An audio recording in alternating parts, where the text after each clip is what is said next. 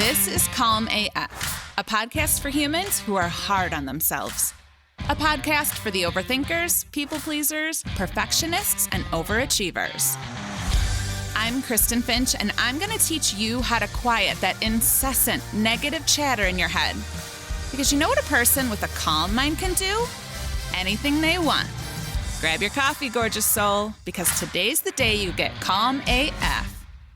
Hello, gorgeous soul. Welcome to Calm AF. So today we're going to talk about thought spinouts. But before we get started, I want to quickly share with you what is happening for the next few weeks in Calm AF Life. So Calm AF Life, if you don't know, is my lifetime access program. It's basically like the live version of this podcast. There's a course that kind of takes you through all of the concepts that I teach here, all of the components that create a Calm AF life. And then there's the community. And the community is really coaching and connection and classes, all of the things to help you have that accountability piece, have the reminder of what you're working on. So you always have a place to be practicing, and you always have a place that's reminding you, hey, you matter. Keep going. So I want to share with you what is happening in the Calm AF Life community, whether you are in the program or thinking about joining. So for the rest of February, this week we've got 2 calls. We have Wednesday and Thursday. Wednesday is our open coaching call.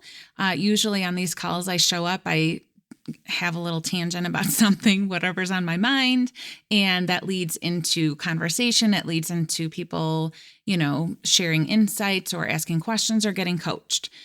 Thursday, we are adding a new class to the community, and we're calling it the deep dive, and it's going to be happening on Thursdays, most Thursdays, the day after the podcast is released. And really, it's an opportunity to take whatever the subject matter was on the podcast and go deeper or go further, or, I can answer questions if there were questions that you had or anything. So that is a new addition to the program. That is what's happening this week. Next week, we have 3 classes. We've got our goals, our future self goals call. We have our, open coaching call. And again, the Thursday deep dive into the podcast call. Something new that we are doing, this will be starting in March. We're going to be having a Calm AF Life book club, where the only rule is that the book cannot be self-help. No self-help here. We are just looking for books that are inspiring, that make you see things differently, that make you think about things differently, that make you laugh, that are just fun. Because in Calm AF Life, we don't believe we are needing to improve ourselves. We aren't into the self-help. We are learning how to just have fun and be Calm AF being ourselves. So what else? In March, we're going to be focusing on I talk about the Calm AF Life having the 3 components that make up the Calm AF system, which is the mind, the body, and the bubble. In March, we're going to be focusing heavily on the bubble, or the energy that is the energy that's within and around you. So specifically, we're going to be talking about the energy of your home. We will be talking about things like clutter, how to know what's clutter, what to do with your clutter. We're going to have a clutter challenge for the month of March. We're going to be talking about how to create a living space that really feels more in alignment with your Calm AF future self. So like you can enjoy your space. It feels like it's lifting you up, not draining you. And to help us go even deeper, our guest teacher for this month for our Cool Conversations Over Coffee call is the one and only Amanda Gibby Peters. She's going to be hanging out with us for a while, talking all things feng shui and energetic living space, and you don't want to miss it. So lots and lots of opportunities to connect, to be reminded, to practice your Calm AF skills. Like I said, we have 2 to 3 calls a week most of the time, sometimes less, sometimes more. But everything is recorded. They're just opportunities to show up and ask questions or just connect with other people. Those recordings are available in the portal. So if you can't come to any of the calls or to one of the calls, there's always a recording. And already there's hours and hours of recording. So you could even join right now and have like a real nice long binge sesh, which is my favorite. I love a nice long binge sesh. I am deeply in love with this Calm AF Life program. I have just been having the best time watching it grow, getting to know what it's going to become, getting to know everyone, playing with it, experimenting with it, and watching it become just really the best place to chill out while you learn how to love yourself, not improve yourself. You don't need improving. So we've got a little bit of a promo going on for the next week, starting today, which is February 22nd through March 1st. If you join and use the promo code MARCH1, no spaces, you will get a special price to join. And a reminder that when you join, you get lifetime access. So you join once, you just are in. You get to stay as long as you want. You get to come as much as you want for as long as this program exists in the world. So you can get the link for the show notes. You can get the link in the show notes or go to KristenFinch.com, read all about it. And if you are so inclined, we'd love to have you. All right. So let's talk about thought spinouts. Thought spinouts. Here's how I describe a thought spinout. When you're just sitting there minding your own business and one anxious fear thought shows up, and before you know it, before you can grab it, before you can do anything or manage it, it is spinning out of control. It's grabbing thoughts along the way. It's just like this spiraling, spinning thoughts that you don't have power over, that you don't have control over. That's how it feels, right? Those thoughts in a spin out are fast and furious. They feel really urgent. They feel very, very true. And when this happens, right, it starts physiologically making changes in your body. Your sympathetic nervous system is like, everybody, looks like we've got a major emergency happening here. We got to shut off everything. We just got to get into survival mode, ringing all the alarms and sounding all the sirens. The sympathetic nervous system knows what to do here. And once that sympathetic nervous system is activated, the thoughts aren't in your control. Not until your body signals that the emergency is over. So it's really similar if you have ever been driving and your car spins out on ice, not like slips in the snow, like spins out on ice. I don't know if that's ever happened to you. I happened to grow up, learn to drive for many, many years in the Midwest. I grew up in the suburbs of Chicago, where you had to learn how to drive in shitty winter conditions because once it snowed and it got cold, it was just cold and gray and slippery and icy for like 4 months. So I was driving to school. It was in high school, and there's a car in front of me. There's a car behind me. Nothing seems out of the ordinary until the car in front of me hits this black ice, which you can't see, and starts spinning. Now, we're just in a neighborhood, so it's not like, terribly scary because nobody's going very fast. But then I try and kind of like slow and kind of move over so I don't get hit by the spinning car, and my car starts spinning. And then the car behind me, the same thing happens. So all three of us, you can just imagine, we're all high school students, by the way, driving to school. So there's three of us, all of us just spinning in different directions slowly. But it's still like as soon as it starts happening, your body goes into kind of that panic mode, right? Like you try and stop the spin. Maybe you touch the brakes, see what happens, but you realize like, I am out of control here. The ice is in charge now, right? And this is really how that spin out of your thoughts feels as well. By the time you realize it's happening, by the time you realize you're spinning, you're already in it. Your body is already pumping out the neurotransmitters to let your nervous system know to, get into fight flight mode. And no matter how hard you try to stop it, you can't seem to gain control back from the scary, anxious thoughts, right? Like trying to pump the brakes, trying to be like, stop worrying, stop spinning. It's useless. And here's the reason. Because when you're in the middle of a thought spin out, the brakes, which work under normal conditions, like telling yourself, like trying to calm yourself down, and in normal conditions that works. But when this thought spin out happens, you have been overridden by the nervous system, right? When those chemicals like adrenaline and norepinephrine and cortisol, when they're pumping through the body, the higher level thinking, the ability to reason and problem solve, that all shuts down. Trying to think yourself out of an anxiety spin out is like trying to use the brakes on black ice. It's just not going to happen in that moment because it can't, right? It can't. It doesn't work. Brakes don't work on ice. So what do you do then? What do you do when your thoughts are spinning out and the brakes aren't working? The first thing I want you to do when I'm telling you all of this is to keep this in mind. Okay, we really want to be practicing the skills that will help you in a spin out when you're not just in the spin out. Like, we don't want to learn how to handle an emergency only when we're in the emergency. You want to be practicing some of the skills, practicing regulating your nervous system, not when you are in an anxiety spin out. Okay, it will be easier to access those tools when you've been practicing them when you're just in, a regulated state of arousal. So you have to practice those skills. You've got to learn how to regulate your nervous system, your emotions. You've got to practice those skills, get better at those skills.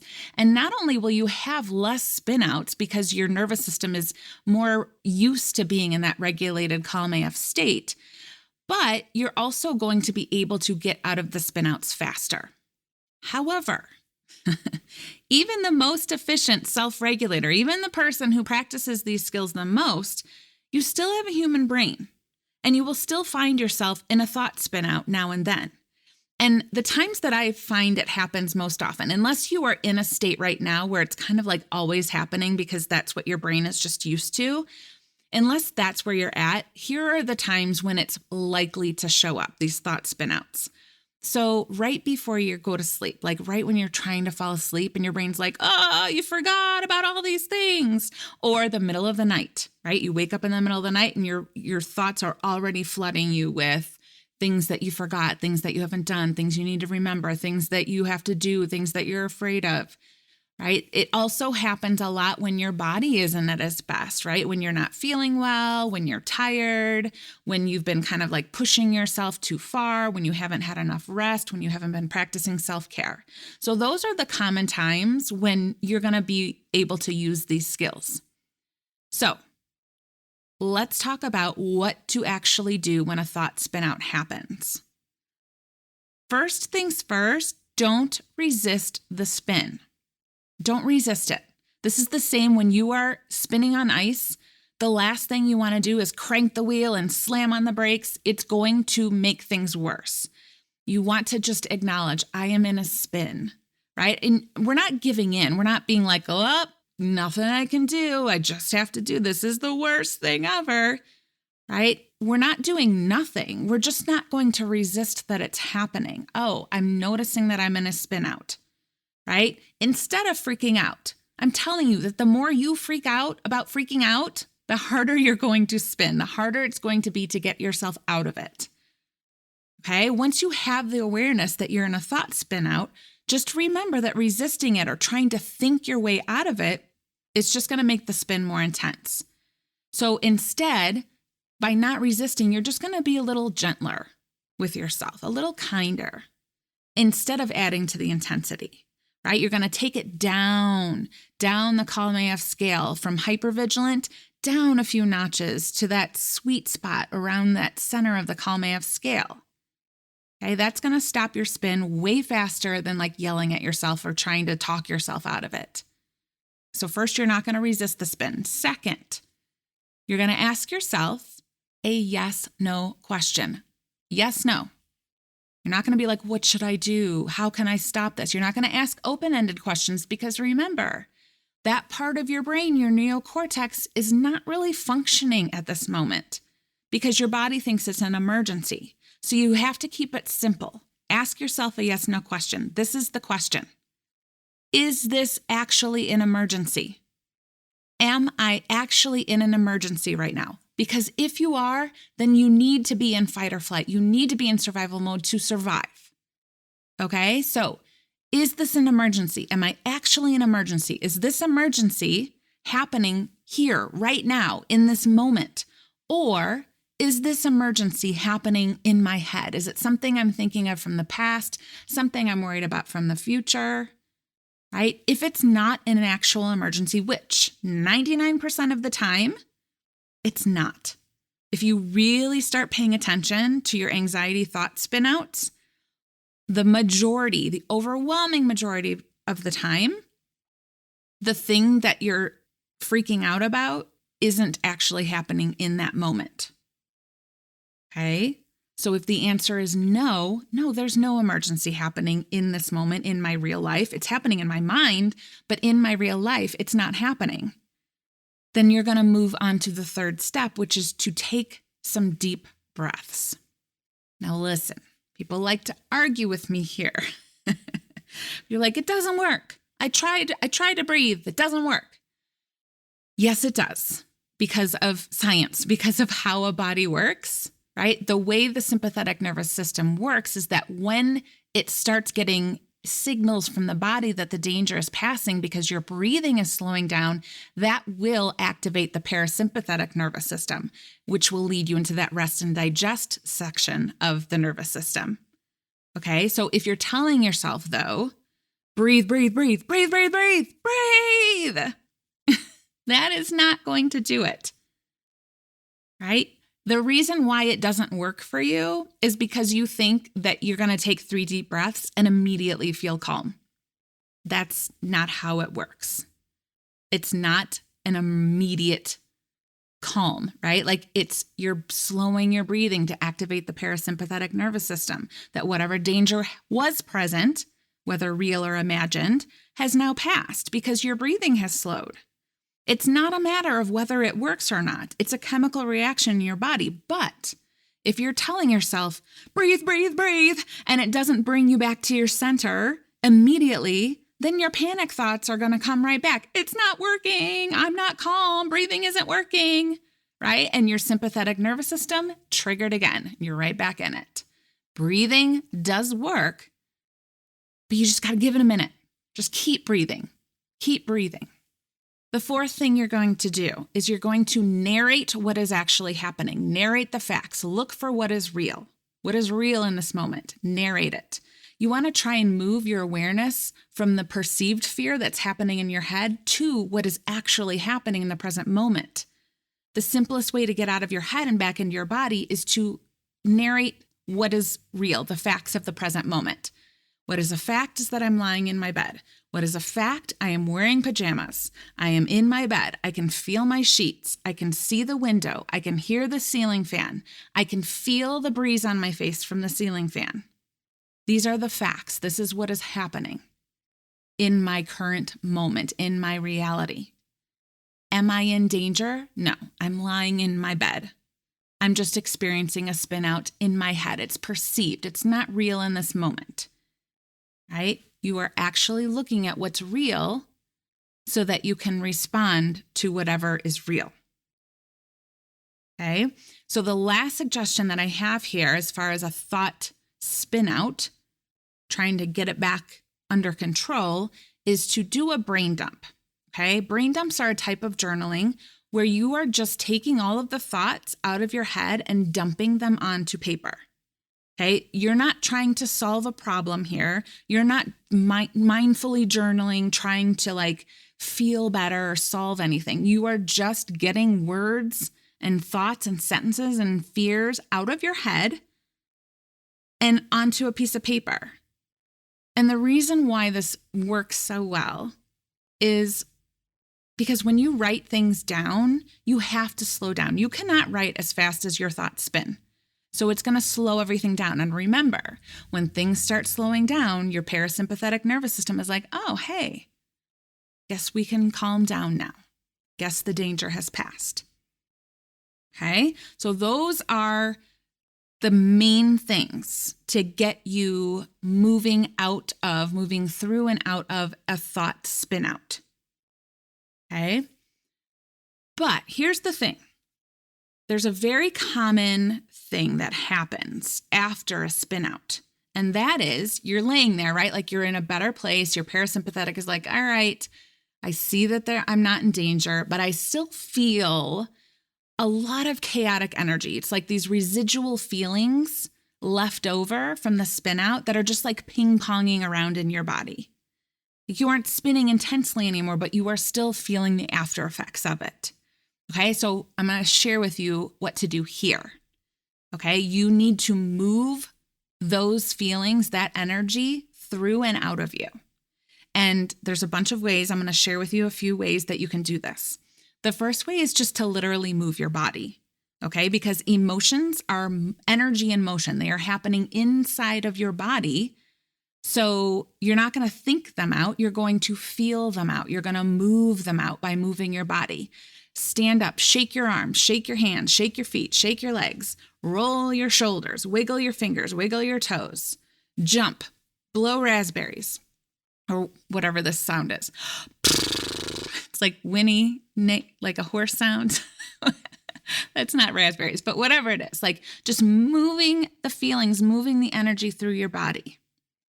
And don't overthink this. Really, the easiest thing to do here is to listen to what your body is telling you it needs, right? It's going to tell you whether it will feel better if you go punch the punching bag or whether slowing down and doing a downward dog is going to make you feel better. Your body's going to tell you whether you need to put your headphones on and dance it out like a crazy woman, or just sit down, meditate, slow your breathing, slow everything. Your body will be your best teacher that will tell you how to release it. You just have to trust it. Don't overthink it. If it feels very chaotic, you might need to move. If it feels like you need to just pull it down, then pull it down. Okay, so that's one thing. Move your body. The second one is to slap yourself out of it. Now, I don't literally mean slapping yourself. But sometimes when there's a lot of things going on, really all you need to do is kind of distract yourself from it. Move your attention to something else. Not numbing out, right? It doesn't mean like go scroll until you numb out and then forget. Just do something to distract yourself. And the reason why I say slap yourself out of it is because anytime I think of how thought spin outs feel, I think of the movie Airplane. Now, if you've never seen the movie Airplane, it's probably because you're not as old as me. And that's okay. You should still watch it. It is hilarious. It's such a funny movie. I think about it. I reference it all the time. But if you're my age or older, you know the scene I'm talking about, right? Like the woman is sitting in her seat. The plane is it's a disaster flight. It's like turbulent. It's storming. And this woman is hysterical. And the flight attendant is like pleading with her, trying to get her to calm down. And she's so hysterical. She can't even hear the flight attendant's words. So finally the flight attendant like slaps her across the face.